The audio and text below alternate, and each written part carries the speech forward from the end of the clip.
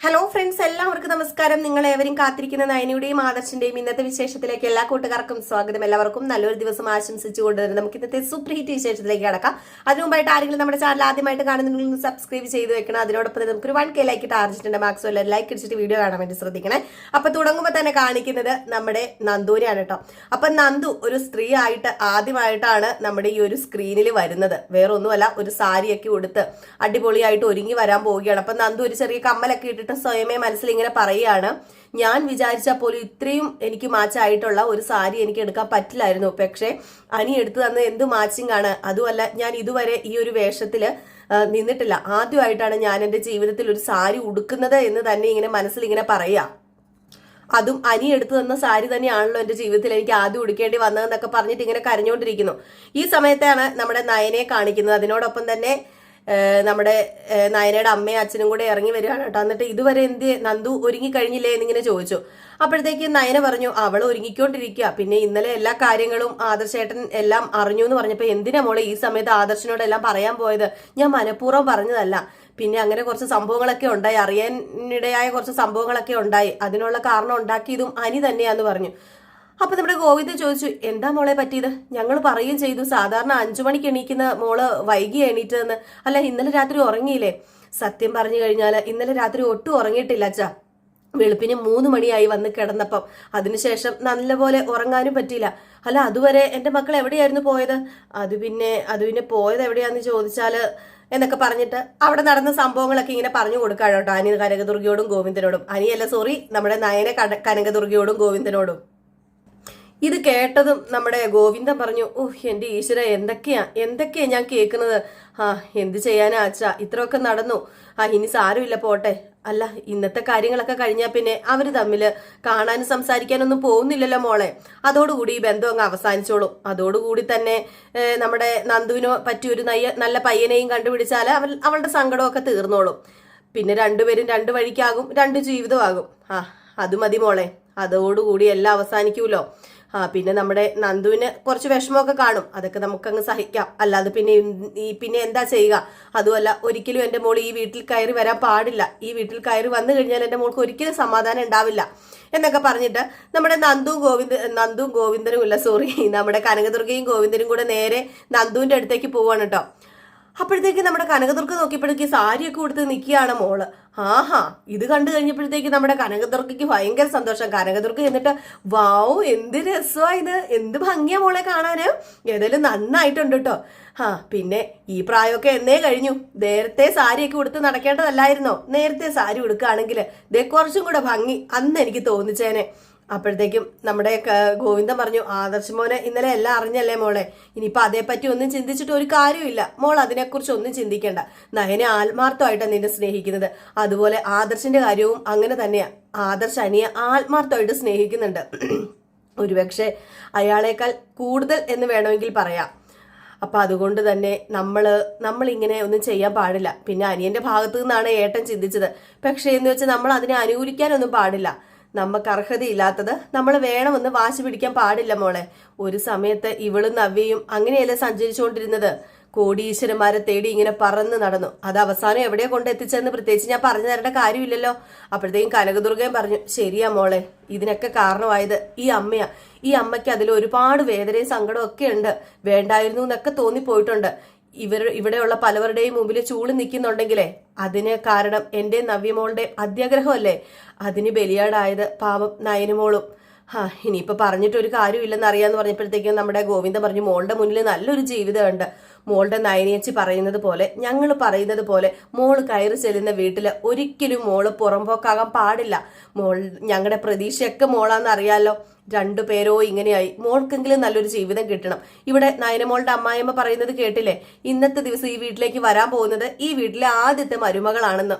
അത് കേൾക്കുമ്പോൾ തന്നെ നമുക്കറിയാലോ, മോളുടെ ചേച്ചിമാരൊക്കെ ഇവിടെ വെറും പുറമ്പോക്കും അന്യരാന്നൊക്കെയല്ലേ പറയുന്നത്. അങ്ങനെ ഒരു വീട്ടിലേക്ക് എൻ്റെ പൊന്നുമോളെ പൊന്നുകൊണ്ട് മൂടാന്ന് പറഞ്ഞാലും നമ്മൾ കയറി ചെല്ലേണ്ട കാര്യമില്ല. ഞാൻ എൻ്റെ മനസ്സിനെ പാകപ്പെടുത്തി കഴിഞ്ഞു വച്ചാ ഇനി ആർക്കും ഞാനൊരു ശല്യം ആവില്ല. എന്നോട് എപ്പോഴും ഇത് പറയണമെന്നുമില്ല. മോളെ, ഞങ്ങള് അനിക്കുള്ള പ്രസന്റ് കൊടുക്കാൻ വേണ്ടി പോവാ, മോളൂടെ വാ, നമുക്ക് 3 പേർക്കും ഒരുമിച്ച് പോയി കൊടുക്കാം എന്നിങ്ങനെ പറഞ്ഞപ്പോഴത്തേക്ക് നമ്മുടെ നന്ദു പറഞ്ഞു, ഇല്ല, ഞാനിനി അനിയുടെ അടുത്തേക്ക് വരുന്നില്ല. അങ്ങനെ വന്നു കഴിഞ്ഞാൽ ശരിയാവില്ല. ഇപ്പൊ തന്നെ ചെന്നതിന്റെ പേരില് അനിയുടെ അമ്മേനെ ഒരുപാട് വഴക്ക് പറഞ്ഞു, അവിടെ നാട്ടി ഓടിച്ചു. അതെ കനകെ, ഇനി ഇപ്പൊ മോൾ അനീനെ കാണുകയോ സംസാരിക്കുകയോ ഒന്നും വേണ്ട കനകെ, അത് തന്നെയാ നല്ലത്. ഇന്ന് കല്യാണം കഴിഞ്ഞ് സദ്യയും കഴിച്ചു കഴിഞ്ഞാൽ നമുക്ക് നമ്മുടെ വീട്ടിലേക്ക് മടങ്ങാലോ, അതാ നല്ലത്. കനകദുർഗേ ബാ, നമുക്ക് പോയി കൊടുത്താൽ മതി. ഇഷ്ടപ്പെട്ട ആളെ നേടി തന്നില്ല എന്ന പേരില് ഈ അച്ഛനെ അമ്മേനെ മോള് വെറുക്കരുത്. അച്ഛൻ എന്താ അച്ഛൻ ഇങ്ങനെയൊക്കെ പറയുന്നത്? അത് വേറൊന്നും കൊണ്ടുമല്ല, ഇനി പെമ്മക്കളുടെ ജീവിതം കണ്ട് കരയാൻ വയ്യ. ഇപ്പോഴും അച്ഛന് ഒരു ഉറപ്പുമില്ല. നയനയും നവ്യയും എല്ലാ കൊല്ലവും ഇവിടെ കാണുമെന്നൊന്നും. പിന്നെ വീട്ടിലേക്ക് എന്നാ വരുന്നതെന്ന് അറിയത്തില്ല. അതെന്നായിക്കോട്ടെ, എന്നവര് വന്നാലും അവരെ സ്വീകരിക്കാൻ റെഡിയായിട്ടാ ഞാൻ അവിടെ നിൽക്കുന്നത്.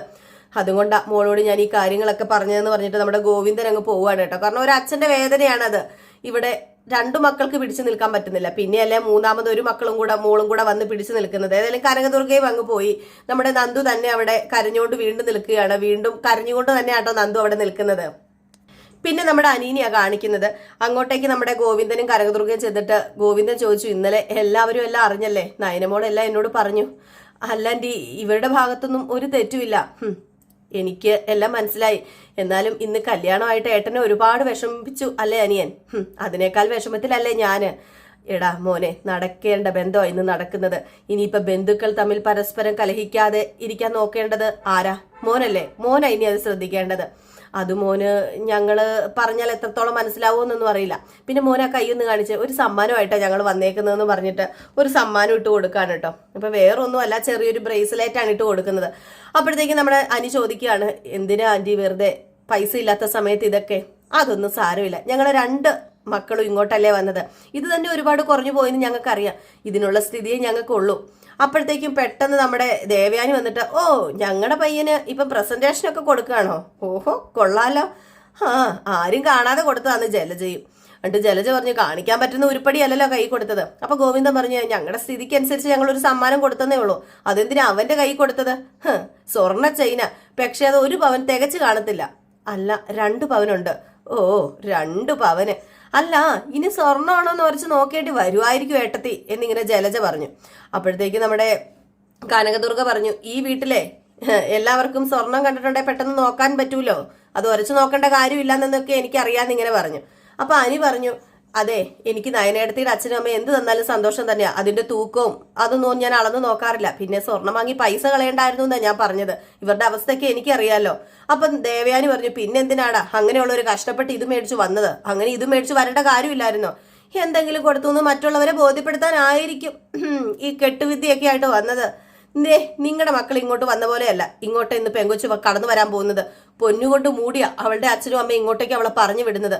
അപ്പൊ ജലജ പറഞ്ഞു, അത് മാത്രമാണോ? അല്ലല്ലോ, വളഞ്ഞ വഴി കൂടെ അല്ലല്ലോ ആ കൊച്ചിങ്ങോട്ട് വരുന്നത്. നേരായ മാർഗത്തിലൂടെ തന്നെ ആ കൊച്ചു വരുന്നത്. അങ്ങനെ നേരായ മാർഗത്തിലൂടെ വരുന്നത് കൊണ്ടാ അവളെ ഞങ്ങൾ മരുമകളായിട്ട് കാണുന്നത്. അല്ല, പിന്നെ ഒരുത്തി ഇവിടെ കിടന്ന് കറങ്ങുന്നുണ്ടല്ലോ. അല്ല, അവളെ ആരുടെ തലയിൽ കെട്ടിവെക്കാനാ പ്ലാന് എന്നിങ്ങനെ പറഞ്ഞു. അപ്പോഴത്തേക്ക് നമ്മുടെ ഗോവിന്ദ പറഞ്ഞു, അറിഞ്ഞുകൊണ്ട് ആരെയും ഞാൻ ചതിക്കണമെന്ന് കരുതിയിട്ടില്ല. അപ്പൊ ജലജ പറഞ്ഞു, പള്ളിയിലച്ഛൻ സുവിശേഷ വേല ചെയ്യാൻ തുടങ്ങി. എന്തായാലും കല്യാണം കണ്ട് സദ്യം കഴിച്ചിട്ട് പോകാൻ നോക്ക്. ഒരു നേരത്തെ ആഹാരമെങ്കിലും കിട്ടൂലോ. 2 ആളും പോകുമ്പം 2 മക്കളെയും കൂടെ കൊണ്ടുപോയിട്ടുണ്ടെങ്കിൽ അത്രയും സമാധാനം ഈ വീട്ടില് എന്ന് ജലജ പറഞ്ഞപ്പോ ദേവയാനി പറഞ്ഞു, അത് ശരിയാ, അച്ഛന്റെയും അമ്മയുടെയും തണലില് 2 പേർക്കും ഒരുപാട് കാലം ഇവിടെ കഴിയാൻ പറ്റില്ലല്ലോ. എന്റെ മരുമകളായി വരുന്നവരെ മകളെ പോലെ സ്നേഹിക്കണമെന്ന് കരുതി ജീവിച്ചൊരു അമ്മയായിരുന്നു ഞാൻ. അതിനെനിക്ക് കഴിഞ്ഞില്ല. പക്ഷേ ഇനി എന്റെ മരുമകൾക്കായി കരുതി വെച്ചിരുന്ന സ്നേഹം അത് ഈ നിൽക്കുന്ന അനിയുടെ ഭാര്യയ്ക്ക് കൊടുക്കണം. അവളെ എന്റെ മകളെ ആയിട്ട് കാണണം.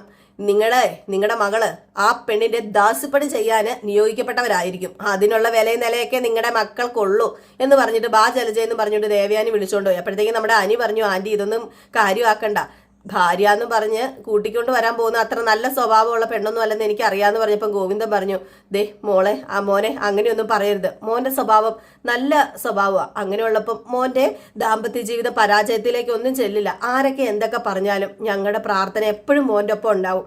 അത് മാത്രം മോനെ ഓർത്താ മതി എന്ന് പറഞ്ഞിട്ട് കനകദുർഗയും നമ്മുടെ ഗോവിന്ദനും അങ്ങ് പോയിട്ടോ. പിന്നെ കാണിക്കുന്ന ദേവയാനീനെയും നമ്മുടെ ജലജേനെയും ജാനകീനെയൊക്കെയാണ് കേട്ടോ. അങ്ങനെ നമ്മുടെ ദേവയാനി പറയാണ്, ജാനകി ഞങ്ങളെക്കാളും ഭാഗ്യമുള്ള അമ്മായിയമ്മയാ. നീ ആഗ്രഹിച്ച പോലെയുള്ള ഒരു മരുമകളെ നിനക്ക് കിട്ടിയില്ലോ. ഹാ, അത് ശരിയാ. രണ്ടു പാടുകളുടെ അമ്മായിയമ്മ ആകേണ്ട ഒരു യോഗ്യതയാണല്ലോ ഞങ്ങൾക്ക് കിട്ടിയെന്ന് പറഞ്ഞപ്പോഴത്തേക്ക് മുത്തശ്ശി വന്നിട്ട് നീയൊക്കെ എന്താ അങ്ങനെ പറഞ്ഞത്? പിന്നെ നിന്റെയൊക്കെ സ്വഭാവം അനുസരിച്ച് ഇതിനേക്കാളും മരുമക്കളെ എവിടെ നിന്ന് കിട്ടാനാ? അപ്പൊ ദേവേനെ ചോദിച്ചു ഞങ്ങളുടെ സ്വഭാവം അത്രയ്ക്ക് മോശമാണോ? നയനമോൾ ഇവിടെ വരുന്നത് വരെ നിന്റെ സ്വഭാവത്തിന് ഒരു കുഴപ്പം ഉണ്ടായിരുന്നില്ല ദേവയാനി. പക്ഷേ ദേ ഈ ജലജയ്ക്ക് കുഴപ്പമുണ്ടായിരുന്നു, അല്ലറ ചില്ലറ കുഴപ്പങ്ങളൊക്കെ. ഇപ്പം പക്ഷെ അങ്ങനെയല്ല, മറിച്ച് തിരിച്ചായി. നിന്റെ മരുമകൾ ഇവിടെ കാലെടുത്ത് വെച്ച ഉടനെ തന്നെ നിന്റെ സ്വഭാവത്തിൽ വലിയ മാറ്റം വന്നത്. അങ്ങനെ ഞാൻ മാറിയെങ്കിൽ ഇവിടെ പിഴയ്ക്കേണ്ടത് തന്നെയല്ല, എന്റെ മരുമകളെയാ. അങ്ങനെ പഠിക്കാനും വല്ല കാരണം വേണ്ട ദേവയാനി. അങ്ങനെ എന്തെങ്കിലും കാരണം ആയിട്ട് എനിക്ക് തോന്നിയിട്ടില്ല എന്ന് പറഞ്ഞപ്പോഴത്തേക്കും നമ്മുടെ ആദർശിന്റെ അച്ഛൻ വന്നിട്ട് പറഞ്ഞു ഇന്നെങ്കിലും ഈ സംസാരം ഇവിടെ ഒന്ന് നിർത്ത്. അനാമികേനെ അണിയിക്കാൻ വേണ്ടി വലിയൊരു മാല വരെ നീ കാണിച്ചല്ലോ, അത് ഡിസൈൻ ചെയ്തത് അതാരാന്ന് ഞാൻ പറഞ്ഞല്ലോ, നയനമോളാ. അത് കൊള്ളില്ല എന്ന് നീ പറയില്ലല്ലോ. നയനമോള് കൊള്ളില്ല, പക്ഷെ അതേ നിനക്ക് കൊള്ളത്തുള്ളൂ. എന്തുവാ ദേവയാനി ഇങ്ങനെയൊക്കെ നീ പറയുന്നതെന്ന് ചോദിച്ചപ്പോഴത്തേക്കും നമ്മുടെ ജാനകി ചോദിച്ചു അല്ല വേറൊരു ഡിസൈനും ഏടത്തേക്ക് കിട്ടില്ലേന്ന് ചോദിച്ചപ്പോഴത്തേക്കും ജ്വല്ലറിയിലുള്ള ഏറ്റവും നല്ല ഡിസൈൻ അല്ലേ ഇവള് സെലക്ട് ചെയ്യത്തുള്ളൂ, അത് ഏറ്റവും നല്ല ഡിസൈൻ നയനമോള് ചെയ്തതായിരുന്നു. അപ്പൊ പിന്നെ അതല്ലേ ദേവയാനിക്ക് എടുക്കാൻ പറ്റത്തുള്ളൂ എന്നിങ്ങനെ പറഞ്ഞൊരു പുച്ഛത്തോടു കൂടെ പറഞ്ഞു കേട്ടോ. അപ്പൊ ആദർശും നയനയും അവിടെ വന്നു കേട്ടോ. അപ്പൊ നമ്മുടെ ആദർശ് പറഞ്ഞു അമ്മ ഏറ്റവും നല്ല ഡിസൈൻ ഏതാണെന്ന് ചോദിച്ചപ്പം ഞാൻ തന്നെയാ എടുത്തു കൊടുത്തത് ആ മാല. അപ്പം അമ്മ പറഞ്ഞു അതാ നല്ല ഡിസൈൻ എന്ന്. അതെ, നീ തന്നെ അങ്ങനെ ഒരു ചതി ചെയ്തത്, നീയല്ലേ ആ ഡിസൈൻ എടുത്ത് കാണിച്ചത്, അല്ലെങ്കിൽ ആ മാല ഒരിക്കലും ഞാൻ സെലക്ട് ചെയ്യില്ലായിരുന്നു. ആ സമയത്ത് അമ്മ എന്താ പറഞ്ഞത്? ഇങ്ങനെയൊന്നും അല്ലല്ലോ, നിന്റെ സെലക്ഷൻ കൊള്ളാം, ഇതുപോലൊരു മാല ഇതുവരെ ഞാൻ കണ്ടിട്ടില്ലെന്നൊക്കെയല്ലേ. എന്നിട്ട് ഇപ്പൊ എന്താ തിരുത്തി പറയുന്നത്? ഇപ്പൊ അതൊക്കെ അമ്മയ്ക്ക് മാറ്റി പറയാലോ, അല്ലെങ്കിലും അത് നയനയാ ഡിസൈൻ ചെയ്തത് എന്നറിഞ്ഞപ്പോഴത്തേക്കും അമ്മയ്ക്ക് മാറും, അമ്മയുടെ മനസ്സ് മാറും. അപ്പൊ നമ്മുടെ ജാനകിയും പറഞ്ഞു എന്തായാലും എനിക്കത് ഇഷ്ടപ്പെട്ടില്ല, ഒട്ടും ഇഷ്ടപ്പെട്ടില്ല. അപ്പൊ പറഞ്ഞു അപ്പം ദേവയാനിയുടെ ഭർത്താവ് പറഞ്ഞു അതൊക്കെ അവിടെ നിൽക്കട്ടെ, ഇതൊക്കെ ഇനി തർക്കിച്ചിട്ട് കാര്യമില്ലല്ലോ, കല്യാണ ചെക്കനെ കണ്ടില്ലല്ലോ, കല്യാണ ചെക്കൻ എവിടെയെന്ന് ചോദിച്ചപ്പോഴത്തേക്കും നമ്മുടെ അനി ഇങ്ങനെ ഒരുങ്ങി ഇറങ്ങി വരികയാണ് കേട്ടോ. പാടിപൊളി ഒരു വേഷമൊക്കെ ആയിട്ടാണ് ഇറങ്ങി വരുന്നത്. അങ്ങനെ ദേവയാനിക്കും അതുപോലെ തന്നെ ജലജയ്ക്കും ജാനകിക്കൊക്കെ വലിയ സന്തോഷമാവുകയാണ്. അപ്പൊ പെട്ടെന്ന് നമ്മുടെ ദേവയാനി ചോദിച്ചു അല്ല ഇതെന്ത് പറ്റിയാ നീ, നിന്റെ കവിളിലൊരു പാട് 5 വിരല് പതിഞ്ഞിട്ടുണ്ടല്ലോ, എന്താ പറ്റിയത് എന്നിങ്ങനെ ചോദിച്ചു കഴിഞ്ഞപ്പോഴത്തേക്കും നമ്മുടെ അനിയുടെ അമ്മ പറഞ്ഞു എന്താ സംഭവിച്ചെന്ന് അവനോട് ചോദിക്കാതെ ഈ നിൽക്കുന്ന ചേട്ടനോട് ചോദിച്ചു നോക്കാം എന്താ സംഭവിച്ചെന്ന്, അപ്പൊ ചേട്ടൻ പറഞ്ഞു തരും എന്താന്ന്. അപ്പൊ ദേവയാനി ചോദിച്ചു എന്താ ആദർശേ എന്താ പറ്റിയത്, ആരാ അനിയെ തല്ലിയത്, സത്യം പറ. അത് പിന്നെ അത് അപ്പോഴത്തേക്കും നമ്മുടെ ജാനകി പറഞ്ഞു നിനക്ക് പറയാൻ പറ്റത്തില്ലെങ്കിൽ ഒരു കാര്യം ചെയ്യാം, ഞാൻ പറയാം, നടന്ന സംഭവങ്ങളൊക്കെ ഞാൻ പറയാം. വേണ്ട ഞാൻ പറഞ്ഞോളാന്ന് പറഞ്ഞിട്ട് ആദർശ് പറഞ്ഞു ഞാൻ തന്നെയാ അനീനെ തല്ലിയതെന്ന്. അപ്പൊ എല്ലാവരും പേടിച്ചു പോയിട്ടോ, എല്ലാവരും പേടിച്ചല്ല എല്ലാവരും ഞെട്ടിപ്പോയി. ആദർശ് എന്തിനാ അനീനെ തല്ലിയത്, അപ്പം അങ്ങനെ ഓർത്തൊന്നും ഞെട്ടൂലോ. ഈ സമയത്ത് നമ്മുടെ നന്ദു ഇറങ്ങി വന്നിട്ടോ സാരിയൊക്കെ കൊടുത്ത്. അപ്പൊ നമ്മുടെ ആദർശിന്റെ അച്ഛൻ ചോദിച്ചു കുഞ്ഞുനാള് പോലും നീ ഇതുവരെ ഇവന്റെ ദേഹത്ത് കൈവച്ചിട്ടില്ലേ, പിന്നെ എന്താ ഉണ്ടായത് എന്നിങ്ങനെ ചോദിച്ചു. അപ്പൊ ദേവയാനി പറഞ്ഞു എന്തിനാടാ നീ ഇവനെ തല്ലിയത്, ചോദിച്ചു കേട്ടില്ലേ. അത് പിന്നെ ഇന്നലെ രാത്രി ഇവൻ കൂട്ടുകാർക്കൊപ്പം പോയിട്ട് ചെറുതായിട്ടൊന്ന് മിനിങ്ങി, അതെനിക്ക് തീരെ ഇഷ്ടപ്പെട്ടില്ല, വിവാഹ തലേദിവസം അങ്ങനെ ചെയ്യാൻ പാടുണ്ടോ, അതിനാ ഞാൻ തല്ലിയതെന്ന് പറഞ്ഞു. എന്നിട്ട് ദേവയാനി പറഞ്ഞു വേണ്ടായിരുന്നു, അവൻ കുടിച്ചെങ്കിൽ പോട്ടെ, കല്യാണത്തിന്റെ തലേദിവസം ഇത് വേണ്ടായിരുന്നു. ഇപ്പൊ കാണുന്നവരൊക്കെ ചോദിക്കില്ലേ ഇവിടെ എന്താ പറ്റിയതെന്ന്, ആ സമയത്ത് മദ്യപിച്ചിട്ട് തല്ലിയതാന്ന് പറയാൻ പറ്റുമോ, ഇതിപ്പോ നാണക്കേടായി പോയല്ലോ, ഇതിപ്പോ ആരെങ്കിലും കണ്ടു കഴിഞ്ഞാൽ വളരെ മോശമാ. ഇനിയിപ്പോ എവിടെയെങ്കിലും തട്ടിന്നോ മുട്ടിന്നോ പറയാം, ആരെങ്കിലും വിശ്വസിച്ചാ വിശ്വസിച്ചു. അപ്പൊ നമ്മുടെ മുത്തശ്ശി പറഞ്ഞു എന്തൊക്കെ ഇവിടെ സംഭവിക്കുന്നത് ഒന്നും എനിക്ക് മനസ്സിലാവുന്നില്ല, ഇനിയിപ്പോ സമയമായി, ഇനിയിപ്പം നിന്ന് സമയം കളയണ്ട, എല്ലാവർക്കും ദക്ഷിണ കൊടുക്കാൻ പറഞ്ഞു. അങ്ങനെ എല്ലാവർക്കും ദക്ഷിണ കൊടുത്തുന്ന ചടങ്ങാണ് കല്യാണത്തിന്റെ ആദ്യമായിട്ട് നടക്കാൻ പോകുന്നത് കേട്ടോ. അങ്ങനെ നമ്മുടെ അനി എല്ലാവർക്കും ദക്ഷിണ കൊടുക്കാൻ വേണ്ടി തുടങ്ങുന്നത് ആദ്യം മുത്തശ്ശിക്ക് തന്നെയാണ് കൊടുക്കുന്നത്. മുഖത്തൊന്നും ഒരു സന്തോഷം ഇല്ലാതെ കേട്ടോ അനി ഇതൊക്കെ ചെയ്യുന്നത്. അങ്ങനെ ഓരോരുത്തർക്ക് ദക്ഷിണ കൊടുക്കുന്നത് എടുത്തെടുത്ത് കാണിക്കുന്നുണ്ട് കേട്ടോ. ദേവയാനിക്ക് കൊടുക്കുന്നതും മുത്തശ്ശിക്ക് കൊടുക്കുന്നതും എല്ലാവർക്കും കൊടുക്കുന്നതും. സമയം എങ്ങനെയും നീണ്ടു നിവർന്ന് പോകണ്ടേ, അതുകൊണ്ടായിരിക്കും ഇവരിങ്ങനെ സീൻ വലിച്ചു നീട്ടിക്കൊണ്ട് പോകുന്നത്. അപ്പൊ ആ ഒരു സീനൊക്കെ കഴിഞ്ഞിട്ട് നമ്മുടെ അനി ആ വീട്ടിൽ നിന്ന് പടി ഇറങ്ങാൻ പോകുമ്പോഴത്തേക്കും നന്ദുവിന്റെ മുഖത്തേക്ക് നോക്കി ഒന്ന് ചിരിച്ചിട്ടാട്ടോ ഇറങ്ങി പോകുന്നത്. ഇത് ജാനകിക്ക് കണ്ടിട്ട് കലി വരിക. ജാനകി ഇത് കണ്ടു കഴിഞ്ഞപ്പോഴത്തേക്കും തന്നെ അനീനെ പിടിച്ചോണ്ട് പെട്ടെന്ന് അങ്ങ് അനീനെ പിടിച്ചു വലിച്ചോണ്ടങ്ങ് പോകുന്നു. ഏറ്റവും ലാസ്റ്റ് നന്ദു മാത്രം അവിടെ നിൽക്കുക, ബാക്കി എല്ലാവരും പോയി. അപ്പൊ നയന വന്നിട്ട് പറയുന്നുണ്ട് നന്ദുവിനോട് മോള് വിഷമിക്കൊന്നും വേണ്ട, മോൾക്ക് ഇതിനേക്കാളും നല്ലൊരു ജീവിതമാണ് കിട്ടാൻ പോകുന്നതെന്ന് മോൾ ഓർത്താ മതി എന്നൊക്കെ പറഞ്ഞ് ആശ്വസിപ്പിച്ചുകൊണ്ട് നിൽക്കുന്ന കാണിച്ചിട്ടാണ് ഇന്നത്തെ വിശേഷം അവസാനിക്കുന്നത്. അപ്പൊ എല്ലാവർക്കും കാത്തിരിക്കാം ഇനി എന്തൊക്കെയാ സംഭവിക്കാൻ പോകുന്നതെന്ന്. അപ്പൊ നമുക്ക് എല്ലാവർക്കും കാത്തിരുന്ന് തന്നെ കാണാം. അപ്പൊ എല്ലാവരും കാത്തിരിക്കാം. അടുത്ത നമ്മുടെ ഗോമതിയുടെയും ബാലന്റെയും കഥയുമായിട്ട് ഉടൻ വരുന്നതായിരിക്കും. അതുവരെ എല്ലാവർക്കും ടാറ്റാ ബൈ ബൈ.